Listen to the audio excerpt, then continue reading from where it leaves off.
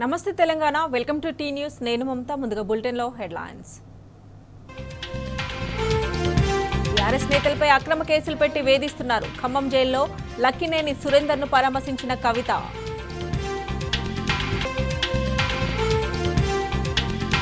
గిరిజనులను అన్ని విధాలుగా అభివృద్ధి చేసిన ఘనత కేసీఆర్దే. తెలంగాణ భవన్లో సేవాలాల్ చిత్రపటానికి నివాళులర్పించిన బీఆర్ఎస్ నేతలు.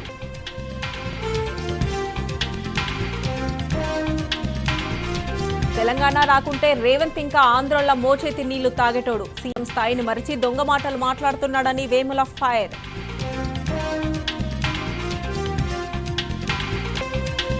జర్నలిస్టులపై కేసులు బనాయిస్తున్న రేవంత్ సర్కార్. నాగర్ కర్నూలు జిల్లా టీ న్యూస్ ప్రతినిధిపై అక్రమ case.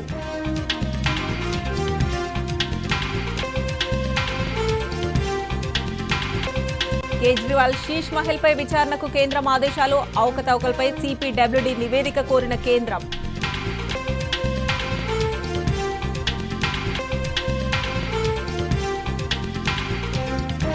Hayath Nagar G high school ఎదుట విద్యార్థుల తల్లిదండ్రుల ఆందోళన. ఒకేసారి 30 నుంచి 50% పైగా ఫీజులు పెంచారని ఫైర్.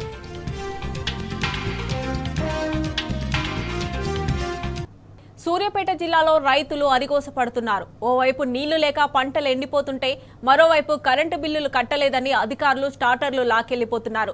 పెన్పహాడ్ మండలం లింగాలలో అధికారులు స్టార్టర్లు తీసుకెళ్లడంపై రైతులు ఆందోళన వ్యక్తం చేస్తున్నారు. గతంలో ఎప్పుడూ ఇంత అరాచకంగా స్టార్టర్లు ఎత్తుకెళ్లిన ఘటనలు చోటు చేసుకోలేదని వాపోతున్నారు. గత 10 ఏళ్లలో ఒక్క ఎకరం కూడా ఎండిపోలేదని, ఇప్పుడు కాంగ్రెస్ అధికారంలోకి వచ్చిన నాటి నుంచి సాగునీటితో పాటు కరెంటు కష్టాలు మొదలయ్యాయని రైతులు తీవ్ర ఆవేదన వ్యక్తం చేస్తున్నారు.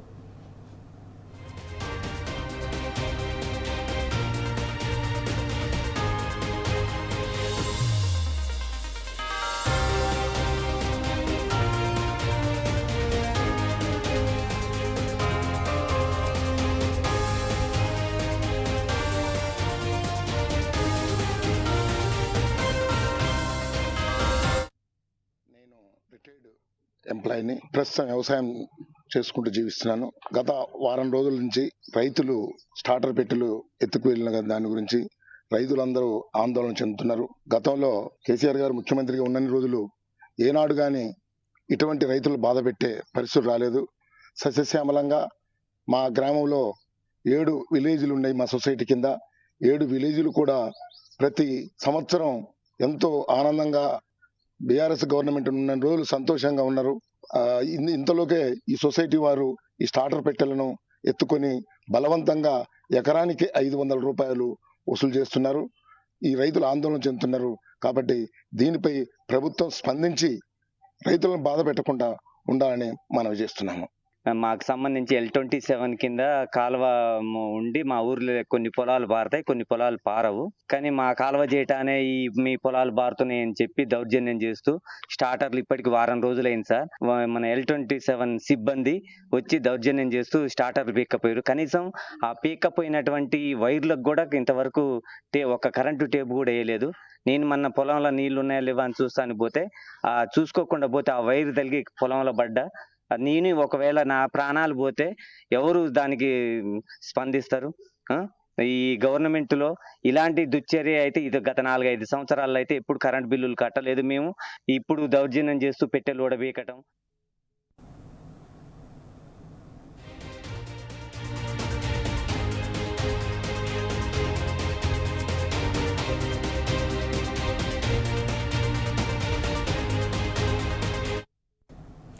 ఇదే అంశానికి సంబంధించి మరిన్ని డీటెయిల్స్ మా ప్రతినిధి రాము అందిస్తారు. రాము, చెప్పండి. సూర్యాపేట జిల్లాలో రైతులైతే అరిగోసపడుతున్న పరిస్థితి. ఒకవైపు నీళ్లు లేక పంటలు ఎండిపోతుంటే కరెంటు బిల్లు కట్టలేదని అధికారులు స్టార్టర్లు తీసుకెళ్లిపోతున్నారని చెప్పేసి రైతులు వాపోతున్న పరిస్థితి. గతంలో ఎప్పుడు ఇట్లాంటివి జరగలేదు, మొదటిసారిగా ఇలా జరిగిందని చెప్పేసి రైతులు ఆవేదన వ్యక్తం చేస్తున్నారు. డీటెయిల్స్ ఏంటి?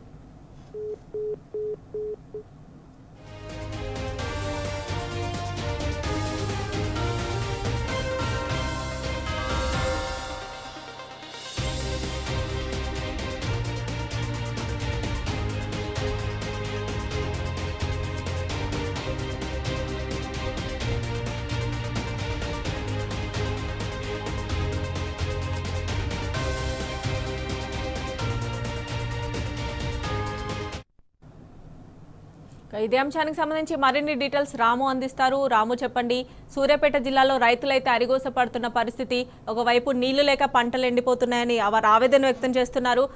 దాంతోపాటు కరెంటు బిల్లులు కట్టలేదని అధికారులు స్టార్టర్లు ఎత్తుకెళ్లిపోతున్నారని చెప్పేసి వాళ్ళ ఆవేదన వ్యక్తం చేస్తున్న పరిస్థితి. రైతులు ఏమంటున్నారు? మమతా, సూర్యాపేట జిల్లా వ్యాప్తంగా కూడా కాళేశ్వరం జలాలు రాక రైతులు నానా రకాలుగా ఇబ్బంది పడుతూ ఉన్నారు. నిరుడు ఎండాకాలంలో కూడా నీటి అందించినటువంటి ఘనత బీఆర్ఎస్ పార్టీ ప్రభుత్వాన్ని. కానీ ఇప్పుడు మొత్తం తిరోగమనం పాలైంది. వ్యవసాయం అంతా కూడా ఎక్కడికక్కడ కూడా నాశనం అయిపోతున్నటువంటి పరిస్థితులు మనకు అక్కడ కనపడతా ఉన్నాయి. ఇదే దీంతో పాటు ఇక్కడ ఉన్నటువంటి వ్యవసాయ అధికారులు, అదేవిధంగా సొసైటీ చైర్మన్లు చేస్తున్నటువంటి అరాచకాలతో మరింత ఇబ్బందులు పడుతున్నామని కూడా చెప్తా ఉన్నారు. తాజాగా పెన్పహాడ్ మండలం లింగాల గ్రామంలో రైతుల యొక్క మోటార్లు ఆటోమేటిక్ స్టార్టర్లను ఎత్తుకుపోయినటువంటి ఘటన ఒక్కసారిగా కూడా చర్చాంశనీయమైంది. రైతులైతే బోర్ను వినిపిస్తా ఉన్నారు. L27 లిఫ్ట్ కింద దాదాపు 7 గ్రామాల్లో దాదాపు 1000 ఎకరాల విస్తీర్ణం ఉంది. అయితే ఈ లిఫ్ట్ కింద ఉన్నటువంటి రైతులందరూ కూడా ఎకరానికి కారుకు చొప్పున 500 రూపాయలు ఇవ్వాలని ఆ నీటి సంఘం ఏదైతే సొసైటీ సభ్యులు ఉన్నారో వాళ్ళు ముక్కుపిండి వసూలు చేస్తా ఉన్నారు. ఆ 500 రూపాయలు కట్టినటువంటి రైతుల మోటార్లన్నిటి కూడా బలవంతంగా తీసుకెళ్తా ఉన్నారు. స్టార్టర్లను కూడా తీసుకెళ్తా ఉన్నారు. అయితే కేసీఆర్ గారు ఉన్నప్పుడు నీటి తీరువ మొత్తం కూడా రద్దు చేసి ప్రభుత్వం తరఫున కోట్ల రూపాయలు వాటన్నిటి కూడా బకాయిలన్నీ కూడా క్లియర్ చేశారు. కానీ మళ్ళీ కాంగ్రెస్ పార్టీ వచ్చిన తర్వాత నీటి తీరువ విధానాన్ని మళ్ళీ అమల్లోకి తీసుకొచ్చి రైతుల నుంచి మొక్కుపిండి వసూలు చేస్తున్నటువంటి ఘటన పెన్పాడు మండల వ్యాప్తంగా కూడా ఉంది. ఈ 7 గ్రామాల్లో కూడా ఎక్కడికక్కడ రైతులు సంవత్సరానికి 1000 రూపాయలు కట్టాలి, లేదంటే ఆ మోటార్లను పెట్టుకొనివ్వం, పంటలు పండివ్వనివ్వమంటూ కూడా అక్కడ నీటి తీరువ సంబంధించినటువంటి సంఘం సభ్యులు చెప్పడంతో రైతులు ఈ రోజు రోడ్డెక్కారు. దీనిపైన ప్రభుత్వం చర్యలు తీసుకోవాలని కూడా చెప్తా ఉన్నారు. గతంలో ఏ అధికారులు కూడా ఇంత నిర్దాక్షిణీయంగా ఆ రైతులపై ఇట్లాంటి చర్యలు ఎవరు ఇట్లా స్టార్టర్లు ఎత్తుకెళ్లడం ఇట్లాంటివి చేయలేదు. సో ఇలా చేయడాన్ని, ఈ ప్రభుత్వంలో ఇలా చేయడాన్ని ఎలా చూడాలంటారు? కేసీఆర్ ప్రభుత్వంలో రైతు పైన ఈగ కూడా వానివ్వలేదు. రైతులకు ఏ చిన్న కష్టం వచ్చినా కూడా ఎంత పెద్ద నిర్ణయమైనా తీసుకునేది వ్యవసాయ ప్రభుత్వంగా ఉండేది, రైతుల ప్రభుత్వంగా ఉండేది. ఇక్కడ పంటలు ఎండిపోతున్నాయని చిన్న వార్త తెలిస్తే ఎక్కడో గోదావరి నుంచి 300 కిలోమీటర్లు పారించి ఇక్కడ ఉన్నటువంటి పెన్పహాడు, అనంతారం గ్రామాలు కూడా నీళ్లు అందించినట్టుంది అంతా అప్పుడు ఉన్నటువంటి బీఆర్ఎస్ పార్టీ ప్రభుత్వం. కానీ నేడు ఎంత ఇబ్బంది పడుతున్నా కూడా, రైతులు అరిగోస పడుతున్నా కూడా ఎవరు కూడా పట్టించుకోవట్లేదు. సాక్షాత్తు ఉత్తమ్ కుమార్ రెడ్డి నియోజకవర్గము, ఉత్తమ్ కుమార్ రెడ్డి మంత్రిగా ఉన్నారు ఈ జిల్లాలో, ఆయన నీటిపారుదల శాఖ మంత్రిగా కూడా ఉన్నాడు. కానీ కనీసం మోటార్లు ఎత్తుకపోతా ఉంటే, స్టార్టర్లు ఎత్తుకపోతా ఉంటే మంత్రి ఇప్పటివరకు కూడా స్పందించకపోవడం అనేది దారుణంగా చెప్తా ఉన్నారు. ఇప్పుడు మోటార్లు ఎత్తుకపోవడంతో దాదాపు 300-400 ఎకరాల ఆయకట్టు అంతా కూడా ప్రశ్నార్థకంగా మారింది. పంట అంతా కూడా ప్రస్తుతం ఈనే దిశలో ఉంది, పొట్ట పైన ఉంది. ఇప్పుడు మోటార్లు తొలగిస్తే ఇప్పుడు నీరు అందకపోతే పంట అంతా కూడా ఎండిపోతుందంటూ రైతులు ఎంత వేడుకున్నా కూడా అక్కడ ఉన్నటువంటి నీటి తీరువా సంబంధించినటువంటి సభ్యులు, అయితే నీటి సంఘాల సభ్యులు వినలేదు. బలవంతంగా మోటార్లని, స్టార్టర్లని ఈక్కొని పోవడంతో అవన్నీ కూడా కలెక్షన్ కట్ చేసి లాక్కొని వెళ్లడంతో రైతులు బోర్న వినిపిస్తా ఉన్నారు. ఇప్పటికైనా సరే నీటి తీరువా విషయంలో ప్రభుత్వం నిర్ణయం తీసుకోవాలి, నీటి తీరువను రద్దు చేయాలి. ఈ నీటి సంఘాలు ఏదైతే ఉన్నాయో రైతుల పట్ల ఆజమాయిషీ చేస్తున్నారు కాబట్టి నీటి సంఘాల విషయంలో కూడా వాళ్ళని కట్టడి చేయాలనేటువంటి డిమాండ్ కూడా వ్యక్తమవుతున్నాయి. ప్రస్తుతం ఈ మోటార్లు వెళ్ళినటువంటి నీటి సంఘం సభ్యులపైన, అధికారులపైన కూడా చర్యలు తీసుకోవాలని కూడా డిమాండ్ వ్యక్తమవుతున్నాయి. Mamata. Right Ramu, thanks for updates.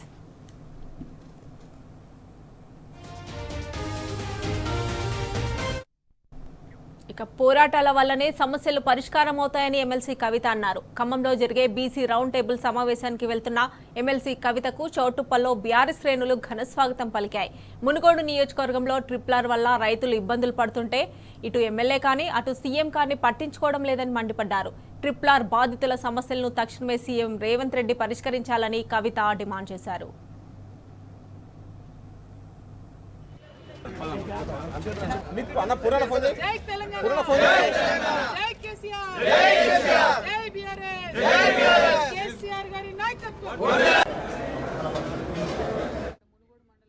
Congress party నుండి రాజగోపాల్ రెడ్డి గారు అధికారంలో ఉన్నారు, వారు ఎమ్మెల్యేగా ఉన్నారు. ఇక్కడ ముఖ్యమంత్రి గారు ఆనాడు వచ్చి ట్రిపుల్ సమస్యనే లేకుండా చేస్తా, నేను మమ్మల్ని గెలిపించండి, మేము ఎటువంటి ఇబ్బంది లేకుండా ట్రిపుల్ మీ గ్రామాల నుంచి వెళ్లకుండా చేస్తామని చెప్పింది. కానీ గెలిచి 14 నెలలు అవుతున్న ట్రిపుల్ సంబంధించినటువంటి బాధితులకు ఎవరికైతే ముఖ్యమంత్రి గారు మాట ఇచ్చారో ఇంతవరకు వాళ్ళు 2000 మంది పైచిలుపుతో కలెక్టరేట్ ముట్టడి చేసినా కూడా కనీసం వాళ్ళని పిలవడం కానీ మాట్లాడడం కానీ చేయకపోవడం అనేది కారణం. మీరు ఇచ్చినటువంటి మాటకు నిలబడి గౌరవ ముఖ్యమంత్రి గారు తక్షణమే ట్రిపుల్ బాధితులను పిలిపించుకొని మాట్లాడి వారి సమస్య పరిష్కరించవలసిందిగా నేను డిమాండ్ చేస్తూ ఉన్నాను. రాజగోపాల్ రెడ్డి గారు ఈ విషయంలో చొరవ తీసుకోవాలని కూడా మేము డిమాండ్ చేస్తూ ఉన్నాం. మరి మునుగోడులో ఉన్నటువంటి అందరికీ కూడా విజ్ఞప్తి చేసేది ఒకటే, తెలంగాణ రాష్ట్రం తెచ్చుకున్నదే అందరూ బాగుండాలి, అందరం కూడా చక్కగా ఉండాలనే విషయంలోనే. కాబట్టి ఇవాళ బీఆర్ఎస్ పార్టీ మీ అందరి పక్షాన కూడా నిలబడి పోరాటం చేస్తూ ఉన్నది.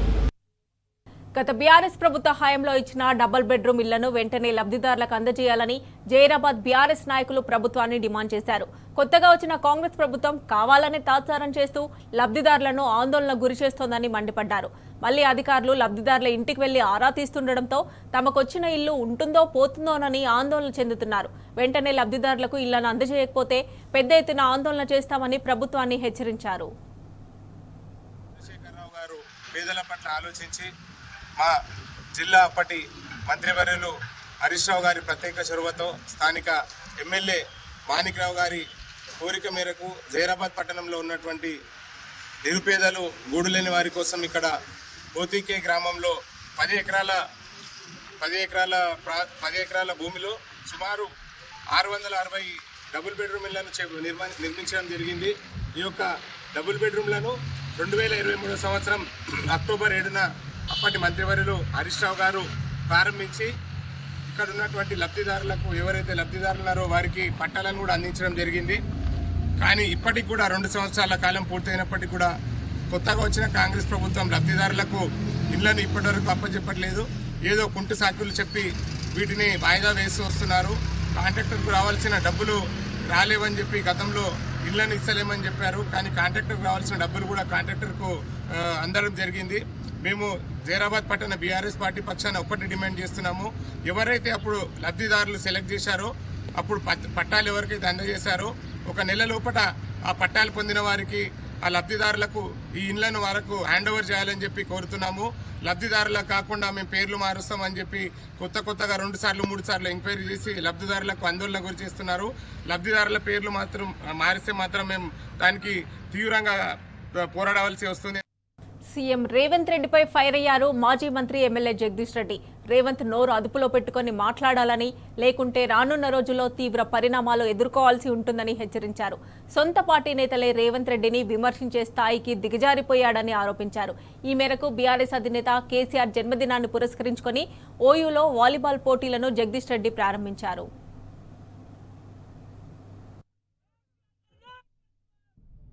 సంవత్సరంలోనే తేలిపోయి కేసీఆర్ ముందట బొక్కబొరల పడి రోజు కేసీఆర్ కాలు పట్టుకునే పరిస్థితిలో ఉన్నాడు. బహుశా ప్రపంచ చరిత్రలో ఇన్ని సీట్లు ఇన్ని శాపనార్థాలు పడ్డ పరిపాలకుడు ఎవడు కూడా లేడు. పార్టీలో కూడా తేలిపోయింది. పార్టీలో తిరుగుబాటు మొదలైంది. పైన ఇప్పటికే నిరాసక్తత మొదలైంది. 6 నెలలుగా అధినాయకుడి ఇంటర్వ్యూ దొరుకుతలేదు. కేవలం ఉన్న కాలాన్నంతా దాచుకోవడానికి తన తాబేదారులకు దోషపెట్టడానికి మాత్రమే వినియోగిస్తున్నాడు. రేవంత్ నీ బతుకు అందరికీ తెలుసు, నీ చరిత్ర ఏందో అందరికీ తెలుసు. కేసీఆర్ ఏందో తెలుసు, నువ్వేందో తెలుసు, కేసీఆర్ కుటుంబం ఏందో తెలుసు, నీ కుటుంబం ఏందో తెలుసు, నీ నేపథ్యం ఏందో తెలుసు. అధికారం ఎవరికి శాశ్వతం కాదు. ఇవాళ ఈ అధికారం ఉందని విర్రవీగితే ఇది ఎప్పటికీ నీదే అని అనుకుంటే బొక్కబొరలో పడతావు. ఇవి నువ్వు మాట్లాడుతుంది కేసీఆర్ గురించి. నీ నైరాశ్యాన్ని తెలియజేస్తున్నాయి, నీ ఫ్రస్ట్రేషన్ తెలియజేస్తూ ఉన్నాయి. పార్టీలో నీకు వస్తున్న తిరుగుబాటుకు, పైనుంచి లేని ఆదరణకు ఇవన్నీ సాక్ష్యాలుగా కనబడుతున్నాయి. ఇవాళ కేసీఆర్ లేడు, కేసీఆర్ని మాయం చేసిన అని మాట్లాడుతున్న నువ్వు బహుశా ఈ రాష్ట్రంలో కేసీఆర్ వల్ల లాభం పొందిన వాళ్ళు, కేసీఆర్ వల్ల ప్రయోజనం పొందిన వాళ్ళు కూడా రోజు తలుచుకుంటారో లేదో కానీ నువ్వు ఒక్కరోజు కూడా కేసీఆర్ని తలుచుకున్న రోజు లేదు. లేనే లేడన్న కేసీఆర్, మాయమైపోయాడన్న కేసీఆర్ను నువ్వు ఎందుకు తలుచుకోవాల్సి వస్తుంది? కేసీఆర్ని తలుచుకోకపోతే నీకు బతికేలేని పరిస్థితి ఎందుకు వచ్చింది? ఇవాళ మరొకసారి కేసీఆర్ గురించి మాట్లాడి కేసీఆర్ కూడా ఏమన్నా బయటకు వస్తాడేమో, నాకేమన్నా 2 మాటలు నా గురించి మాట్లాడతాడేమో, దాని మీద మళ్ళీ 6 నెలలు బతుకుదామని చూస్తున్నావు నువ్వు. రైతు భరోసాకు ఎగనామం పెట్టేందుకు రేవంత్ సర్కార్ రోజుకో సాకు వెతుకుతోంది. సర్వే నెంబర్లలో ఉండాల్సిన భూమి కంటే ఎక్కువ భూమి ఉందంటూ రైతు భరోసాలో 8,500 సర్వే నెంబర్లను ప్రభుత్వం బ్లాక్ చేసినట్లు తెలుస్తోంది. సుమారు 1.5 లక్షల నుంచి 2 లక్షల ఎకరాల భూమి ఉన్నట్లు లీకులు వస్తున్నాయి.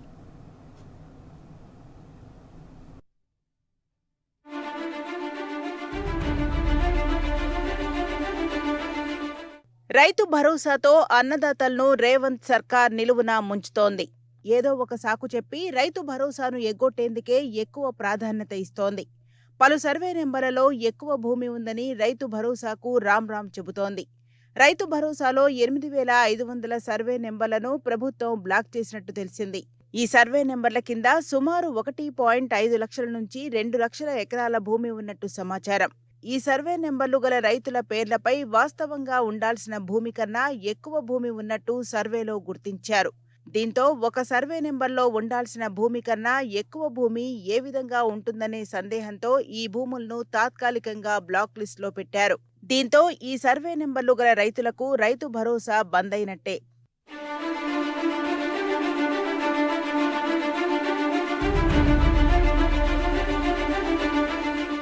ప్రభుత్వం ఎలాంటి సమాచారం ఇవ్వకుండా సర్వే నెంబర్లను బ్లాక్ చేసి రైతు భరోసా వేయకపోవడంతో రైతులు అయోమయానికి గురవుతున్నారు.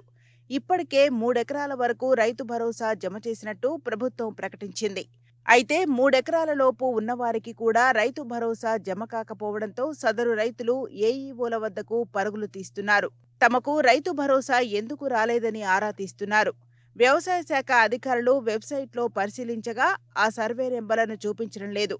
దీంతో రైతులు ఆందోళనకు గురవుతున్నారు. సర్వే నెంబర్లు బ్లాక్ చేయడంతో ఈ రైతులకు రైతు భరోసా రావడం లేదు. అయితే ఈ రైతులకు రైతు భరోసా ఇవ్వాలా వద్దా అనే అంశంపై ప్రభుత్వం అయోమయంలో ఉన్నట్టు తెలిసింది. వీటిని మళ్లీ సర్వే చేసి ఎక్కువ భూమిపై సమీక్షిద్దామా, ఈసారికి రైతు భరోసా ఇచ్చేద్దామా అనే అంశంపై చర్చిస్తున్నట్టు తెలిసింది.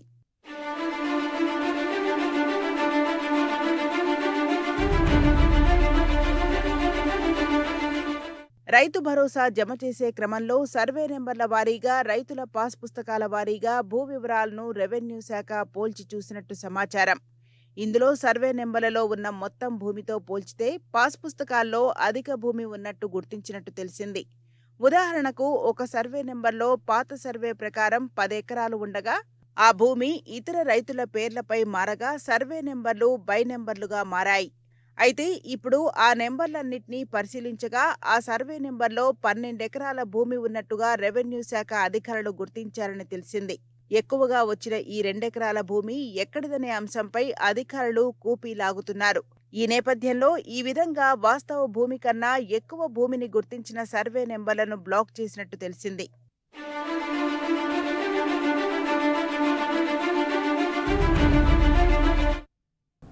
రాష్ట్రంలోని అసైన్డ్ భూములపై కాంగ్రెస్ సర్కార్ కన్నేసింది. ఎక్కువగా బడుగు జీవులే జాగాలే లక్ష్యంగా ప్రాజెక్టులు చేపడుతుంది. పెద్దల భూముల జోలికి పోవడం లేదు. నిధులు వెచ్చించలేక పేదల బతుకులను పణంగా పెడుతోంది. బడా వ్యాపారుల ప్రయోజనాలకే పెద్దపీట వేస్తోంది. లగచెర్ల, మంచిర్యాల, తిమ్మాపూర్, రంగారెడ్డి, సిద్దిపేటలో ప్రభుత్వం చేపడుతున్న ప్రాజెక్టులే దీనికి సాక్ష్యం. ఆయా చోట్ల దళిత, గిరిజనుల భూములే కోల్పోవడం ఇందుకు నిదర్శనం.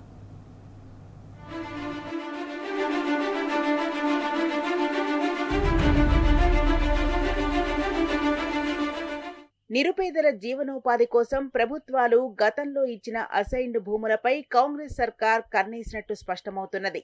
ఏడాది పాలనలో ప్రాజెక్టుల పేరుతో ఇచ్చిన భూసేకరణ నోటిఫికేషన్లను పరిశీలిస్తే దళిత, గిరిజనుల భూములే ఎక్కువగా ఉన్నాయి. దేశవ్యాప్తంగా సంచలనం సృష్టించిన సీఎం రేవంత్ సొంత నియోజకవర్గం లగచర్ల, దుద్యాలతో పాటు రంగారెడ్డి జిల్లా తిమ్మాపూర్ పారిశ్రామికవాడ. ఈ జిల్లాలో వేస్తున్న గ్రీన్ ఫీల్డ్ హైవే, ఇలా రోడ్లు, పరిశ్రమల పేరుతో ప్రభుత్వం ఎక్కడ భూసేకరణ చేపడుతున్నా ఎక్కువగా అసైన్డ్ భూముల్నే లక్ష్యంగా చేసుకుంటున్నది. పట్టా భూములకు నష్టపరిహారం ఇచ్చేందుకు డబ్బు వెచ్చించలేక అసైన్డ్ పట్టాదారులంతా పేదలే కావడంతో వారి నుంచి నయానో భయానో భూములను గుంజుకోవడం సులభమన్నట్టుగా వ్యవహరిస్తున్నది. లగచర్ల, మంచిర్యాల, తిమ్మాపూర్, భూపాలపల్లిలోని పలిమెలతో పాటు తాజాగా యాచారం, కడ్తాల్, ఆమనగల్లు తదితర ప్రాంతాల్లో చేపట్టిన భూసేకరణలో ఇదే విధానం బయటపడింది.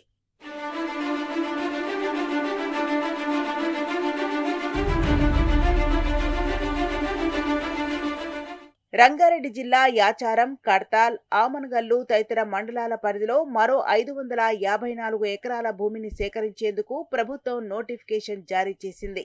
ఔటర్ రింగ్ రోడ్ నుంచి ప్రతిపాదిత రీజనల్ రింగ్ రోడ్డును కలిపేందుకు 100 మీటర్ల వెడల్పు గల గ్రీన్ ఫీల్డ్ రేడియల్ రోడ్డు కోసం ఈ భూములను సేకరిస్తున్నారు. ఇందులో అధికంగా అసైన్డ్ భూములే ఉన్నాయి. అటు ఆర్ఆర్ఆర్ వెంట ఫ్యూచర్ సిటీ నిర్మిస్తున్నట్టు ప్రకటించిన ప్రభుత్వం ఇందులో భాగంగా ఫ్యూచర్ సిటీకి రోడ్లు, మెట్రో రైలు, విమానాశ్రయం కనెక్టివిటీని ఏర్పాటు చేసే పేరుతో పెద్ద ఎత్తున ప్రణాళికలు సిద్ధం చేస్తున్నది. ఈ క్రమంలోనే ఓఆర్ఆర్ నుంచి ఆర్ఆర్ఆర్ వరకు విశాలమైన రేడియల్ రోడ్డును 2 దశల్లో నిర్మిస్తామని ప్రకటించింది. రెండో దశ రోడ్డు నిర్మాణం కోసం ప్రస్తుతం యాచారం మండలంలోని కుర్మిద్ద, కడతాల్ మండలం కుడతాల్, ముద్విన్ గ్రామాలు, ఆమనగల్లు మండలం ఆమనగల్లు, ఆకుతోటపల్లి తదితర గ్రామాల్లో 554.34 ఎకరాలు సేకరించేందుకు నోటిఫికేషన్ విడుదల చేసింది. మీర్ఖాన్పేట్ నుంచి ఆమనగల్ వరకు సుమారు 20 కిలోమీటర్ల మేర ఇంటర్చేంజ్లను మినహాయించి 100 మీటర్ల రైట్ ఆఫ్ వేతో నేరుగా రోడ్డు నిర్మాణం కోసం భూమి సేకరిస్తున్నట్టు నోటిఫికేషన్లో పేర్కొన్నది.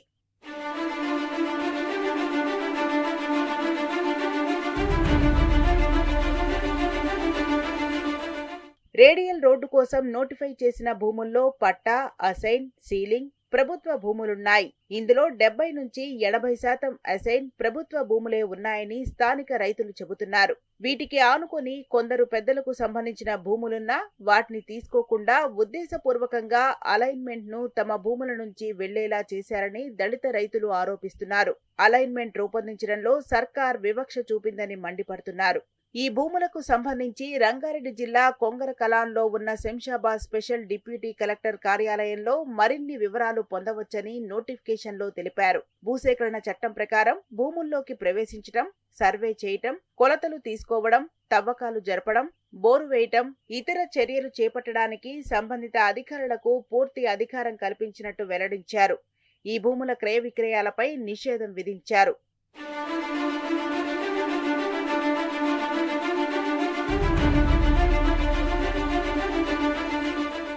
రాష్ట్రంలో రేవంత్ రెడ్డి సర్కార్ కొలువుదీరిన తర్వాత చేపట్టిన భూసేకరణ మొత్తం వివాదాస్పదంగానే ఉన్నది. అన్ని చోట్ల ఇదే తంతు కొనసాగుతున్నది. లగచెర్లలో ఇండస్ట్రియల్ కారిడార్ కోసం సుమారు 1500 ఎకరాలు సేకరిస్తుండగా అందులో అత్యధికంగా గిరిజనులు, దళితుల భూములే ఉన్నాయి. తొలుత ఫార్మా క్లస్టర్ కోసం భూమి సేకరిస్తామని చెప్పగా తర్వాత రైతుల నుంచి వచ్చిన వ్యతిరేకతతో కొంత వెనక్కి తగ్గింది. ఆ తర్వాత మళ్లీ అక్కడే ఇండస్ట్రియల్ కారిడార్ను ప్రతిపాదించి గిరిజన రైతుల నుంచి తీవ్ర ప్రతిఘటన ఎదురైనా తగ్గేదేలే అన్నట్టుగా భూసేకరణ ప్రక్రియను వేగవంతం చేస్తున్నది. అటు రంగారెడ్డి జిల్లా తిమ్మాపూర్లో ఇండస్ట్రియల్ పార్కు కోసం పూర్తిగా 567 ఎకరాల అసైన్డ్ భూములు సేకరిస్తున్నది. ఇందులో మొత్తం దళితుల భూములే ఉన్నాయి. ఆర్ఆర్ఆర్ దక్షిణ భాగం అలైన్మెంట్ లో కూడా అసైన్డ్ భూములు భారీగా ఉన్నట్టు సమాచారం.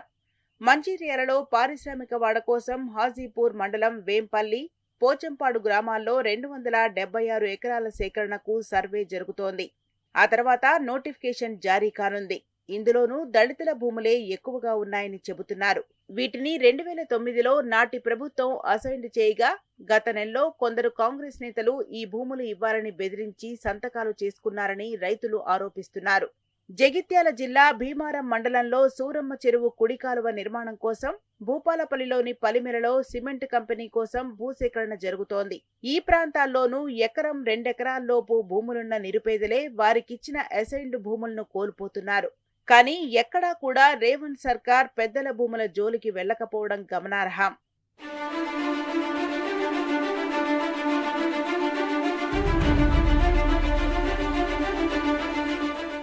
ప్రభుత్వం బలవంతంగా భూసేకరణకు దిగడంతో పేదలు దిక్కుతోచని పరిస్థితిలో పడ్డారు. పోలీసులతో ఆందోళనలు అణిచివేస్తూ అక్రమ కేసులతో జైళ్లకు పంపుతుండటంతో చాలా మంది తీవ్ర భయాందోళనలకు గురవుతున్నారు. ప్రభుత్వం ఇచ్చే అరకొర నష్టపరిహారంతో ఎక్కడా భూములు కొనుగోలు చేసుకునే పరిస్థితి లేదంటున్నారు. భూములకు బదులు భూములు లేదంటే బహిరంగ మార్కెట్ ప్రకారం ధర చెల్లించాలని బాధితులు కోరుతున్నారు. వ్యవసాయం తప్ప వేరే పనులు రాని తమ జీవనాధారం కోల్పోకుండా చూడాలని విజ్ఞప్తి చేస్తున్నారు. అటు భూసేకరణ చట్టం 2013లోని నిబంధనలు సైతం ఇదే చెబుతున్నాయి. భూసేకరణలో పట్టా భూములతో సమానంగా అసైన్డ్ భూములకు పరిహారం ఇవ్వాలని స్పష్టం చేస్తున్నాయి. నిరుడు జనవరిలో హైకోర్టు సైతం ఇదే తీర్పునిచ్చింది. అసైనీలకు మార్కెట్ విలువకు సమాన పరిహారం, పట్టా యజమానులతో సమానంగా ఇతర ప్రయోజనాలు కల్పించాలని ఆదేశించింది. అటు సుప్రీంకోర్టు సైతం ఇవే మార్గదర్శకాలు ఇచ్చిందని న్యాయస్థానం గుర్తు చేసింది.